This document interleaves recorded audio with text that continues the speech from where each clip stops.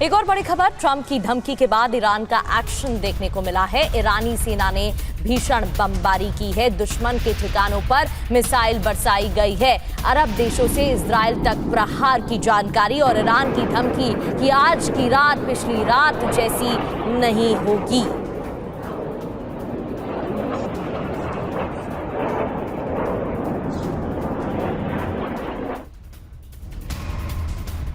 और अमेरिकी बेस पर ईरान की बमबारी लगातार जारी है। बगदाद में दागी विनाशक मिसाइल विक्टोरिया बेस को किया है टारगेट। आग की लपटों में घिरा अमेरिकी बेस पर ईरान ने मिसाइलें दागी हैं। एक बार फिर से जबरदस्त हमला किया है।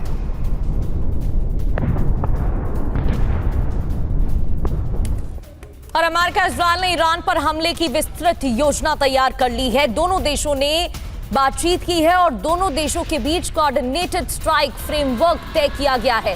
ईरान पर कहां हमले करने हैं, इसको लेकर लिस्ट तैयार की गई है। इजरायली मीडिया के हवाले से बड़ी खबर सामने आ रही है कि कोऑर्डिनेटेड स्ट्राइक फ्रेमवर्क तय किया गया है कि वो कौन सी लोकेशंस होगी जहां पर हमले किए जा सकते हैं।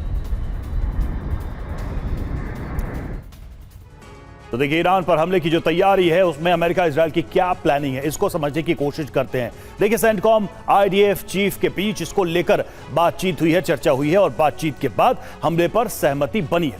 हमले की योजना पूरी तरह से रेडी है, तैयार है। ऑपरेशनल जिम्मेदारियों का बंटवारा भी हो चुका है। ईरानी टारगेट चिन्हित किए गए हैं। ऊर्जा ढांचों पर पहला हमला संभव बताया जा रहा है। सरकारी संपत्तियों पर भी निशाना साधा जा सकता है। ये वो तमाम लोकेशंस हैं जहां पर हमले संभव बताए जा रहे हैं।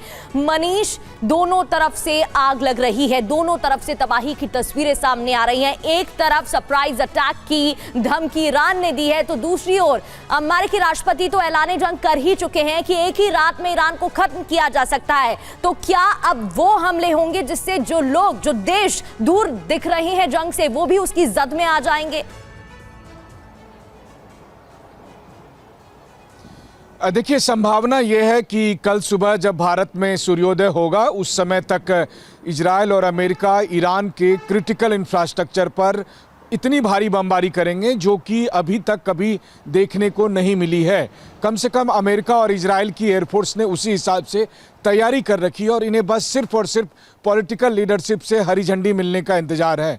हालांकि अगर आप देखें तो इजराइल के रक्षा मंत्री ने कल जिस तरीके से ये बात कही कि इजरायली एयरफोर्स ने ईरान के सबसे बड़े पेट्रोकेमिकल जो कंपाउंड है उसको तबाह कर दिया है, तो इजराइल ने तो एक तरफ से स्ट्राइक अपनी शुरू कर दी है, लेकिन अभी और अधिक भारी स्ट्राइक होनी है और जिसमें पुल भी शामिल होंगे। और जैसा प्रेसिडेंट ट्रंप खुद भी कह रहे थे कि हमारे पास एक एक पुल की डिटेल है, एक एक एनर्जी प्लांट की डिटेल है, तो हो सकता है कि कल के बाद ईरान में बिजली ना दिखाई दे आपको। और जाहिर है कि ये सब रिपेयर करना ईरान के लिए कम से कम कई दशक लग जाएंगे अगर रिपेयर करने की बात आती है। तो कुल मिलाकर 24 घंटे और बचे हैं।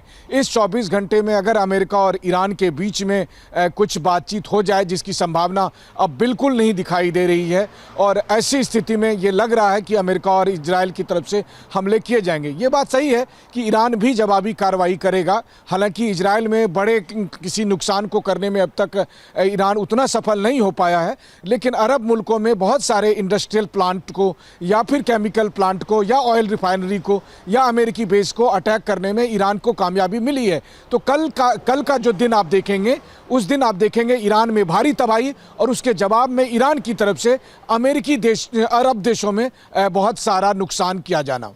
बिल्कुल, लेकिन क्या इन हमलों से या जिस तबाही की संभावना और जिसकी चेतावनी ट्रंप दे रहे हैं उससे ईरान की जो सत्ता है वो झुकेगी या वो ऑब्जेक्टिव हासिल होगा जिसकी चर्चा हमेशा ट्रंप करते रहे? ये भी एक सवाल है।